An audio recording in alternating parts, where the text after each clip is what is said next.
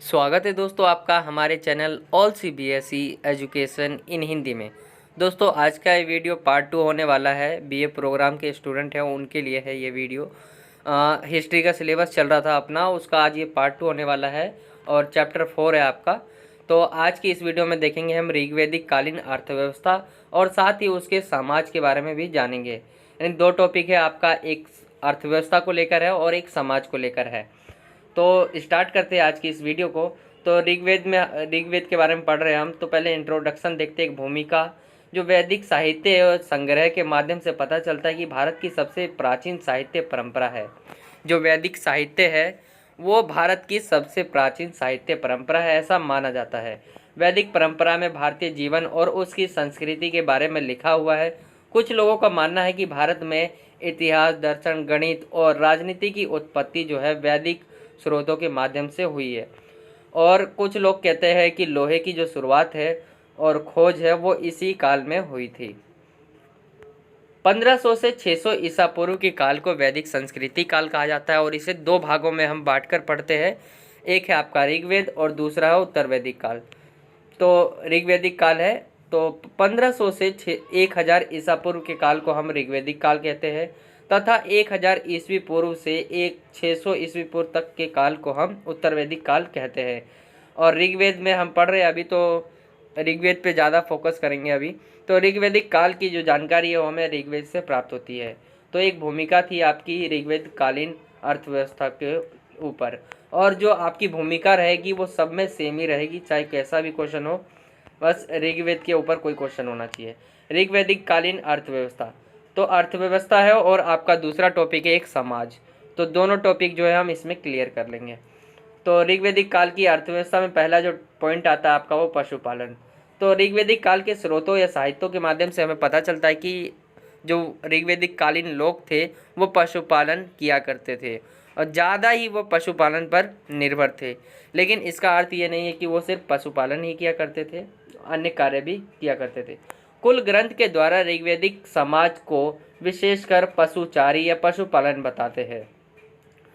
ऋग्वैदिक काल में जंगली जानवर व पालतू जानवरों को पाला जाता था जो कि भोजन व दूध के लिए काफ़ी महत्वपूर्ण थे। इस काल में गाय जो है उसको सबसे ज़्यादा प्रिय माना जाता था, उसकी पूजा भी की जाती थी, जिसका अंदाज़ा हम कुल ग्रंथों से लगा सकते हैं, जिसमें गाय पद का प्रयोग जो है 176 बार किया गया है। पशुओं को धन का जरिया माना जाता था और जो भी व्यक्ति धनी होता था उस व्यक्ति को गौतम के नाम से जानते थे।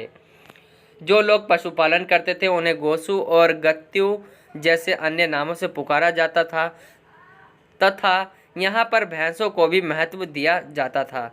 गाय इतने महत्वपूर्ण थे कि इनके आगे पीछे कई शब्द विकसित हो गए, जैसे पुत्री का जो है दुहित्री, गोथुली गोथुली संध्या, गविष्टि युद्ध, और गोप राजा, और गोमत धनी व्यक्ति। तो ये सारे जो है शब्द जो है गाय के नाम से ही विकसित हो गए। तो हम समझ सकते कि उस समय जो है पशुपालन होता होगा और पशुपालन कितना महत्वपूर्ण होगा। तो ये था थोड़ा पशुपालन के बारे में। आगे चलते कृषि। तो ऋग्वैदिक काल में लोग कृषि की जानकारी रखते थे।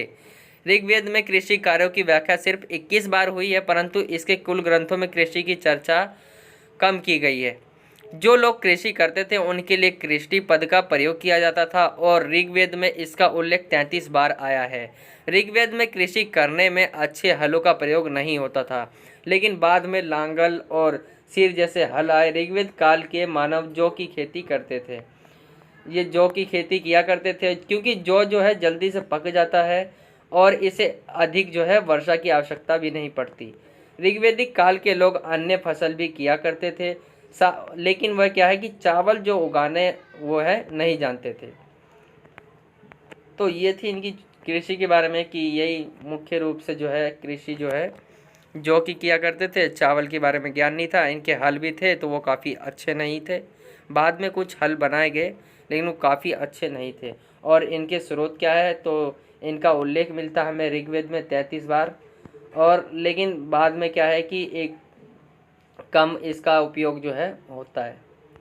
तो बस यही था कृषि के बारे में। आई होप कि आपको समझ आ गया होगा। नेक्स्ट है आपका व्यापार। तो ऋग्वैदिक काल में व्यापार के बारे में अभी तक ज़्यादा जानकारी प्राप्त नहीं हुई है। हमारे इतिहासकार के द्वारा पता चलता है कि वहाँ सिर्फ विनिमय व्यापार ही होता होगा, जो कि सिर्फ अनुमान लगाया जाता है। व्यापार के बारे में क्या है कि हमें जो है ऋग्वेद काल के व्यापार के बारे में हमें ज़्यादा जानकारी नहीं है, ये बोल लीजिए जानकारी ही नहीं है, तो सिर्फ हम अनुमान लगाते हैं और ये बताते कि वहाँ सिर्फ जो है विनिमय व्यापार होता होगा। जो विनिमय व्यापार है आप जानते होंगे, इसमें क्या होता है, जिसमें एक व्यक्ति वस्तु के बदले वस्तु देना वे लेना होता था।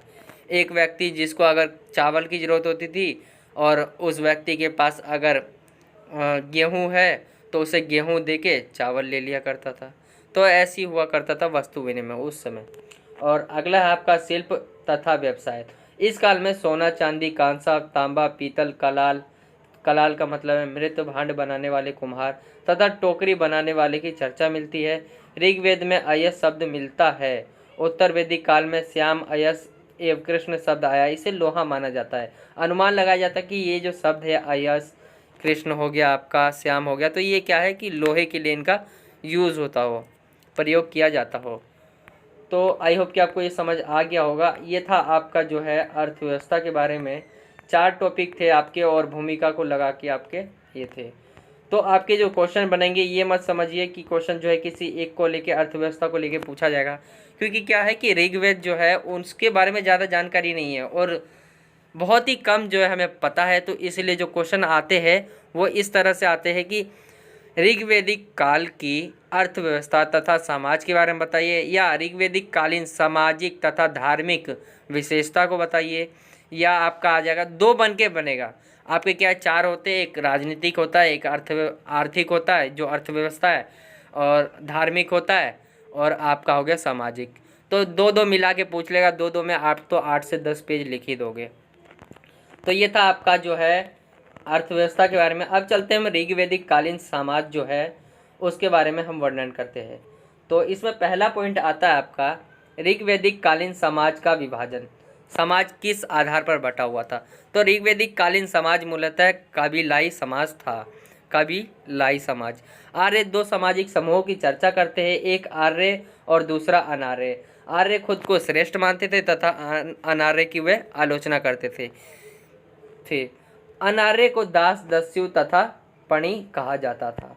तो आर्य और अनार्य में आप अंतर समझ गए होंगे कि आर्य क्या अपने आप को ऊंचा रखते थे और अनार्य को दबाने की कोशिश करते थे और उनको नीच कहा जाता था एक तरह से। और आगे चलते हैं। आर्य कबीलाई समूह की तरह रहते थे। इनमें 3 तरह के लोग रहते थे, पुरोहित, योद्धा और सामान्य लोग। सामान्य लोगों को विष कहा जाता था। आर्यों में कोई सामाजिक विभाजन एवं विषमता नहीं थी। ऋग्वेद के 9वें मंडल में एक संवाद मिलता है कि मैं कवि हूँ, मेरे पिता वैद्य है तथा मेरी माता अनाज पीसती है। तो ये जो है हमें ऋग्वेद है उसका 9वां मंडल है, उसमें ये संवाद जो है लिखा हुआ मिला है। तो इससे हम कह सकते हैं कि जो उस समय जो है कर्म को जो है प्रधानता दिया जाता था, लेकिन इसके आधार पर कोई सामाजिक विभाजन नहीं था। जो काम है, जो बड़ा व्यक्ति है या कोई कर्म है, तो उसके आधार पर भी कोई भेदभाव नहीं था उस तरह का। तो ये था आपका जो है यहाँ पर ऋग्वेदिक, जो पहला पॉइंट है आपका ऋग्वेदिक कालीन समाज का विभाजन। तो आप सोच रहे होंगे जो यह समाज है इसकी जो भूमिका है वो कहाँ है? तो भूमिका मैंने बताई है सेम होगा, आप जो भूमिका बताई थी वही लिख सकते हैं इधर। दूसरा पॉइंट है ऋग्वेदिक कालीन समाज में महिलाओं की स्थिति। दूसरा पॉइंट है आपका, तो ऋग्वेदिक कालीन समाज में महिलाओं की स्थिति थी वो काफ़ी अच्छी थी। महिलाओं को पुरुषों के समान जो है शिक्षा का अधिकार था। अनेक विदुषी महिलाओं की चर्चा मिलती है जिन्होंने वैदिक मंत्रों की रचना की है। इनमें अपाला, घोषा, विश्वारा और ये लोप मुद्रा आदि महत्वपूर्ण है। यज्ञ में महिलाएं पुरुषों के साथ बराबर की भागीदारी होती थी। सभा समिति में भी महिलाओं के प्रवेश में कोई निषेध नहीं होता था एवं राजनीति निर्णय की प्रक्रिया में भी वह भागीदारी होती थी। और महिलाओं का विवाह भी कम उम्र में न होकर यौवनारंभ की आयु में होता था। मतलब वह जब उम्र की हो जाती थी, शादी के लायक हो जाती थी, तब की जाती थी। तो यहाँ पर क्या है, महिलाओं की काफ़ी ज़्यादा अच्छी स्थिति थी यहाँ पर। तो दूसरा पॉइंट था आपका। तीसरा है कबीलाई प्रथा। ऋग्वेदिक कालीन समाज में बहुविवाह का प्रचलन था।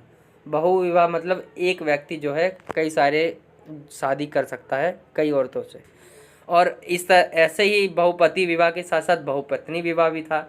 दोनों ऋग्वैदिक कालीन समाज में थी।